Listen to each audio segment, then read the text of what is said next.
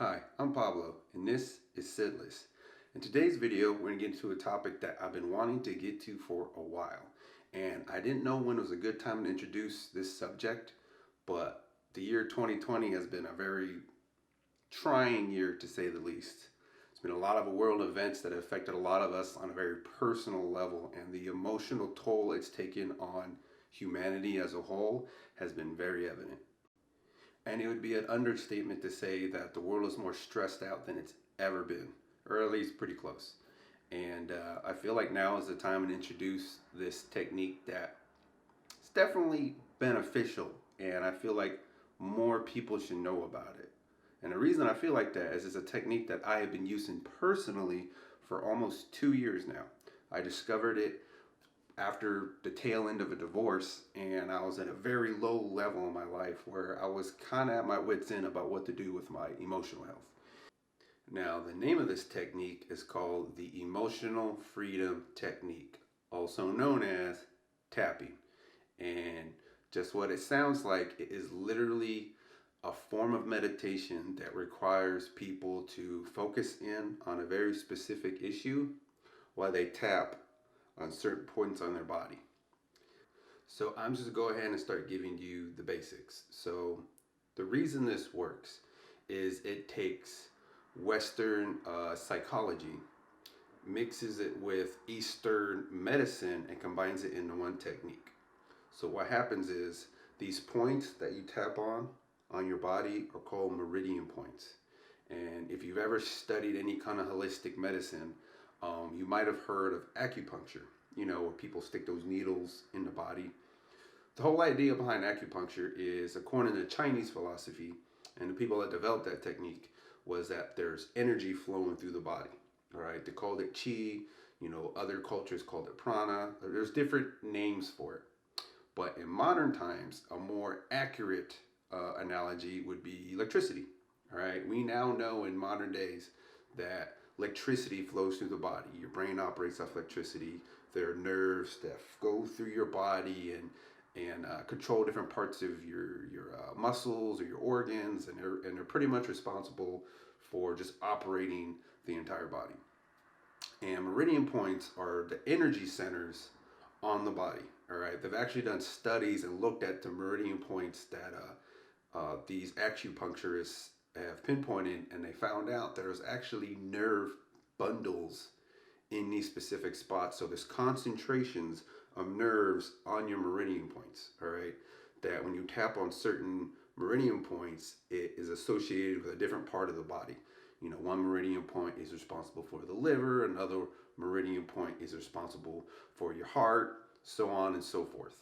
And people developing this technique honed in on a set of meridian points that help with your emotional health. And where the modern psychology part of it comes into is that there's a lot of techniques that modern psychologists use in therapy to kind of help people bring to surface, certain emotional issues. And like I had mentioned, I just gone through a divorce not too long ago. And, I actually had to go through therapy before that ended up off the rails and not working out. But when you go to these psychologists, they have certain techniques to kind of probe you. They ask you questions to kind of help you dig deeper into, memories and stuff like that. And that's all good and all, and it's effective in certain settings.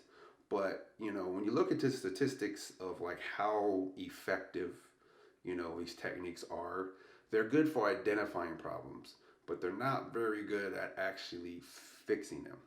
All right. And that's more of an opinion. All right. Because there's some people that love going to their therapist, right? But I would say most people would agree that it's good for pointing out the problem, but the root of the issue is still there, because what they're doing is they're shining a light on it.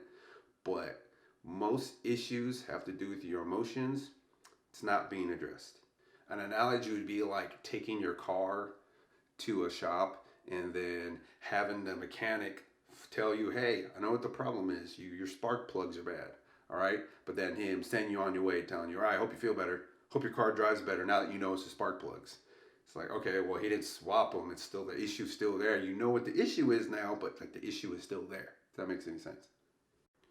And now with this technique, what's really great about it is not only are you taking the psychology part of addressing the issue and fleshing it out, you're also taking the power of acupuncture and helping the energy flow through your body easier. All right. And what happens is when you combine the two, you get a technique that helps people identify the issue, but their own, not just identify it, but also deal with it on an emotional level. Everything we, you know, through life when it comes to just dealing with things, we deal with associations, all right? Language is the art of associating sounds with concepts. And it's not so much that words have associations with it. A lot of words also have a lot of emotion behind it. You say, a specific name. Let's say you say the name of like a sibling or your child or your parent. You say that name to someone that doesn't know anybody with that name. There's very little emotion behind it. It's just a name. But if you say like your grandmother's name, especially if she just, I don't know, passed away or something recently, emotion's gonna come up. You have an emotion tied to that word. Another example is, you know, if I were to say the word Trump, y'all are going to have different interpretations of that word. Some of you might get mad and like can't, keep your anxiety in check because that word alone you associate it with something you don't like. Well, on the other end, there are going to be people that hear that word and have associations of something that they could feel proud of, all right? You know, just because it's one word doesn't mean it has one meaning. Everybody has a different emotional attachment to said word. What happens is, as we get older, people, as they learn from their childhood, from conditioning, from the way their parents brought them up to the way, whatever society they're living in, we're all kind of conditioned to react certain ways to certain words. All right. And in modern day society, where it's very fast paced, especially in America and these other first world countries, where everybody's got a phone and everybody can, go in the news and read all these things, is you have all these associations with these different words. you know it kind of develops like a kind of overreaction to a lot of things, because what happens is people hear certain words and they don't process the emotion. We live in a society where like you're almost kind of conditioned to repress emotions, all right? Especially if you're a guy. Women experience this too, but as far as with men goes, I would say a lot of men, to some degree, are taught to kind of repress emotions. All right, so you're not letting it flow. All right, you're not letting that energy pass through you. All right, that's why in a lot of Eastern philosophy, water is always compared. Emotion is always compared to water, because if you let water sit, it becomes stagnant. But when it's moving, like through a waterfall or a river, it's much more cleansing and clean. All right, with the way humans are set up, these emotions are supposed to flow. You're not supposed to hold on them, because what happens is it backfires, and emotions that normally be beneficial, like happiness, anger, sadness, all of these are emotions that can be good or bad, but you need to be able to feel them. You need to be able to express them, or they're just going to sit there and rot and metaphorically and literally make you more and more stagnant on the inside. Now, I'm kind of going to walk you through what it's like to experience this technique firsthand. I know I said I was going to get into the science in another video, but I'll just give you a quick little brush up on how this works. So with acupuncture, when they put needles on these specific points, what they're doing is, your nerve is sensing, the needle, right? And what happens is your brain focuses in on those specific points. And if you pick specific points, your brain will literally focus in on all that stuff, and, energy will flow through that pathway. Now, the one of the best things about tapping is you don't need needles, all right? They found out that literally tapping on these points is just as effective as placing a needle there, right? Except is, you get past the point of having to poke yourself and having someone else do it for you, because I don't know anyone that's ever done acupuncture on themselves, and I'm not entirely sure how fun that is. But tapping is very easy to learn, all right? You literally just take 2-3 fingers and just tap on these points. Once you learn where they're at, they're really easy to get to. And another thing that's also nice about it is that you don't have to be super accurate because it's a nerve. It can feel, even if you're just in a general area, you're not specifically on it. It's a bundle of nerves that are extremely sensitive, so they can pick up on the tapping sensation. All right. What happens is all these meridian points are tied to a very specific part of your brain called the amygdala. And if you know anything about brain, biology, the amygdala is your fight or flight response system. It's the part that is literally when it gets, associates something with danger, like, back in the day, like a saber-toothed tiger jumped out of the woods and you saw your amygdala would turn into flight mode because, associates that with danger, and it floods your body with cortisol, a stress hormone, and it gets you the hell out of there because it turns off all functions that are not immediately necessary for that point. Like if you're running for your life, healing's probably not the most beneficial thing to put your energy to. It's the adrenaline. It's the get the heck out of there to heal another day kind of response. All right. But in modern day, what happens is there's this thing called chronic stress where we start associating too many things with stress that your amygdala is overproducing, and it's constantly in a state of, fight or flight, to where your body's not healing itself as efficiently as it should. You spend more time in the panic state where it's turning off those functions than you are in the calm, relaxed state. Your body needs to be calm and relaxed in order to heal itself, right? Because it's kind of like, I don't know if you watch Star Trek or any kind of sci-fi where they talk about converting power from this part of the ship to the other one because it's more important. Like freaking Scotty put all the freaking power to the deflector shield or something like that, right? It's a similar thing with the body, all right? Your body only has so much energy at one point in time. It literally prioritizes what's more important. So what happens is if your body thinks it's in a stressful situation, you can consciously know that, you need to heal, and that you should probably tell your body to do it. If you're stressed, the emotion is what's telling your brain where it needs to be. If you're stressed or scared or anxious, what happens is your body literally goes into that mode, and you turn off the healing, you turn off the more rational parts of your brain, you turn off creativity. You literally become more of just like a stressed out person. As you tap on these points, you literally send a calming signal to that part of your brain, and you literally turn it off. Meaning that flight or fight response is literally turned off as you tap on these points. Right? And that's really important because, like I said earlier, we deal with associations where people speak words, an emotion comes up. If it's an emotion of anger, stress, or fear, or anything like that, it literally sends signals to your amygdala like this is a stressful situation. And that in turn turns on your adrenaline, that turns off all the good things like the rational parts of your brain, the healing inside you, turns off all the stuff that we need more of in this world.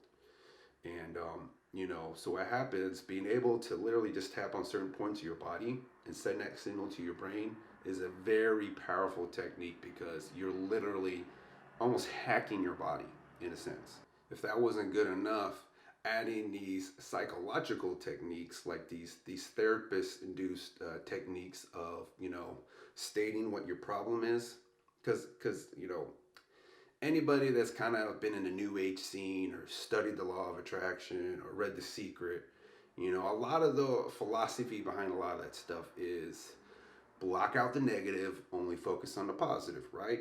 And it's not that that's inherently wrong, and more people do need to focus on the positive, but what happens is you're literally telling yourself to ignore all the bad stuff, all right, and only focus on the good. But what that does is like I said earlier, if you are driving a car and negative emotions or like problems with your car, yeah, you can develop a more positive attitude and be like, yeah, I don't mind the car stopping every 5 seconds as I drive down the road, or yeah, I don't mind if my brakes squeal as I come to a stop. Yeah, you can choose to ignore it and be okay with it.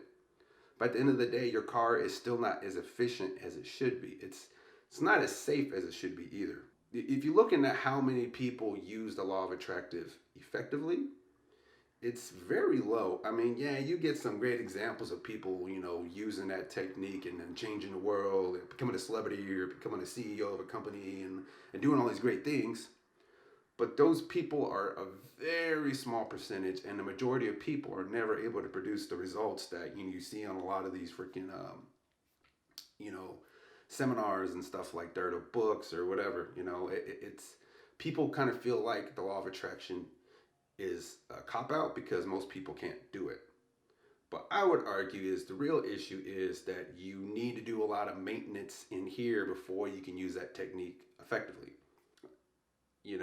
There's a quote by kind of a new age enthusiast that said, if you want to clean up your house, your temple, your body, you got to see the dirt first. You know, you can't clean the house by ignoring where all the dirt is. All right, you can't drive a nice car without fixing the problem. All right, and that's kind of where a lot of people that run into problems with law of attraction, they're literally skipping that step. All right. So the way tapping works is instead of focusing on positive affirmations, like you do use positive affirmations, but what happens is you do that at the end of the tapping sequence. Like the way it works is you start off with a statement. It's called a preparation statement or something like that, where you literally acknowledge the problem. You set an intention of what you're trying to fix or focus on or cleanse or purge or whatever. You pretty much set an intention of what you want to focus on. And then you literally state how you feel. If you're anxious, don't be like, oh, I feel great, and just totally ignore the fact that your hand's shaking, your heart's pumping, you're sweating, just like, oh, no, I'm great. Don't ever really address the problem. You just be like, the way tapping works is you start tapping on these points and be honest with yourself. You're like, I'm fucking scared. I'm anxious. I'm guilty. I feel shame, or like this technique is very versatile, so it can go for a lot of things. But let's just kind of use like, let's say you're tapping on like general anxiety, which is probably one of the most common uses for this technique is anxiety. So let's just focus on you state how anxious you are. All right. And as you tap, what happens is your brain hears what you're feeling, but because you're tapping on this point and calming down the amygdala, it starts changing that association with that word or that situation, whatever you're thinking about. All right. As you get better and more comfortable with it, I would recommend that you say it out loud. All right. Because to say it out loud without holding it in is that in of itself, even if you weren't tapping, is a huge release. Being able to speak on how you feel. But speaking on how you feel while you're tapping on these points, literally you're changing your association with whatever that subject is, from anxiety to calm. All right. That's the whole point of tapping. Is it's the emotional freedom part of it is freeing you of the bad emotions with those words or that subject or whatever. All right. So if you're tapping on anxiety, you'd be like, I am so anxious right now. All right. I am so anxious when I get in a plane. Oh my God, planes scare the hell out of me. I don't like being high.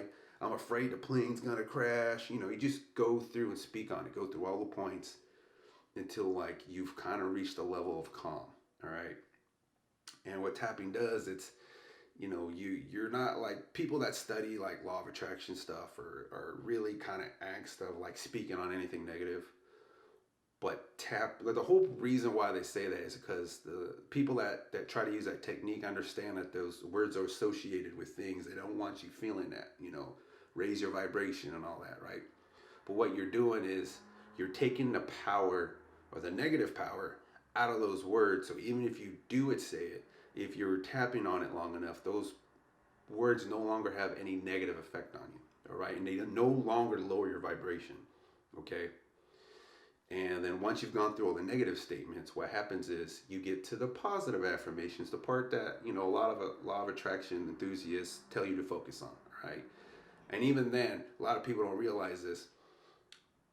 A lot of people have problems with these positive affirmations because as they say them, like, I am brave, I am strong, I am healthy, like saying these things, sometimes people still get anxiety even if they're positive because a part of them doesn't believe it. A part of you doesn't believe that you're really strong, or that you're confident, or that you're strong and healthy. Like, you know, we say these words, but if you've never said them out loud and you hear other people say it, you might have a negative, you might have a negative association with even positive statements. All right. So what you do is you get the negative ones out of the way. And then as you say these positive affirmations while you're tapping, you're literally calming yourself to even say the good things. That way your positive affirmations are more powerful and you actually start to believe them. All right. That is the magic of tapping right there, is you clear out all the gunk, all the bad crap in your mind regarding a specific subject or emotion, and then you take all the negative power out of it, and then you say all this positive affirmations to double down on the positive force of it. That way you get a nice, 10-minute session can clear and drop your anxiety by half. And I say half because the way this technique works is it's kind of hard to like quantify something as abstract as emotions. And that brings me to my next point, is the fact that this technique is holistic, meaning that you don't got to pay anyone to do it. Once you understand how to use this technique and you've gotten some practice, you literally do it wherever. All right. I learned this technique almost 2 years ago. I've been using it ever since. Starting this YouTube channel, I was so nervous about getting on camera and speaking to strangers I never met and talking about subjects that could be somewhat controversial. To me personally, that those are things that made me anxious. But I use this technique. I actually used it today before I kind of do a quick one right before I do a record. It kind of helps focus my mind. It's not always about anxiety. Sometimes it helps you focus in on certain emotions. Like you can tap to be more focused. Like help me stay focused. Like when you say the word focus, sometimes people have associations that they're not a very focused person. It's not always like anxiety and fear. A lot of times it's simply just you've been telling yourself a certain story about yourself, about certain things like I'm not good at this skill, or I'm not good at talking in front of people. And that's still an association. And what happens is if you're to tap on something like that, you literally take any negative emotion out of those associations and you start saying positive affirmations like, I know how to talk to people. I know what to say when I'm on camera.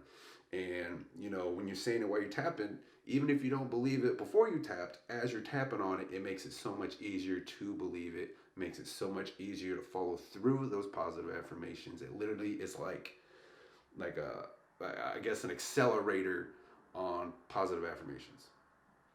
So, and I think part of the problem with modern day trend, some controversial waters here with modern day therapy and medicine, is they tend to focus on your anxiety or your sorrow or whatever, and they look at it as it's the problem. They don't look anything past like what caused your anxiety or what caused your depression. They don't go further than the symptom. All right. And then you give you a pill. Oh, so you don't feel the anxiety, but they're not getting to what caused anxiety to begin with. It's like the car thing again. It's like, let's say your brakes are screeching. Instead of replacing the brake pads, them giving you a pill for anxiety is equivalent to them like putting earmuffs in your ear so you don't have to hear the squealing. Your car still got bad brakes, but now you don't have to hear the squealing. They don't treat the root cause of the problem, and more people are starting to realize this, and more people are looking for approaches outside the mainstream approach to medicine and therapy and all those kinds of things. And I'm not saying all of them don't work, but what I'm saying is they're not as effective as advertised, and it's pretty misleading to tell people, and give people these medicines without explaining to them that you're not fixing the problem. You're just covering it up. It's just a band-aid. All right. This technique literally gets to the root of the problem, because what happens is, you might start off tapping on anxiety, but the more you tap, your brain starts to free up space to think about stuff you haven't thought about in a while.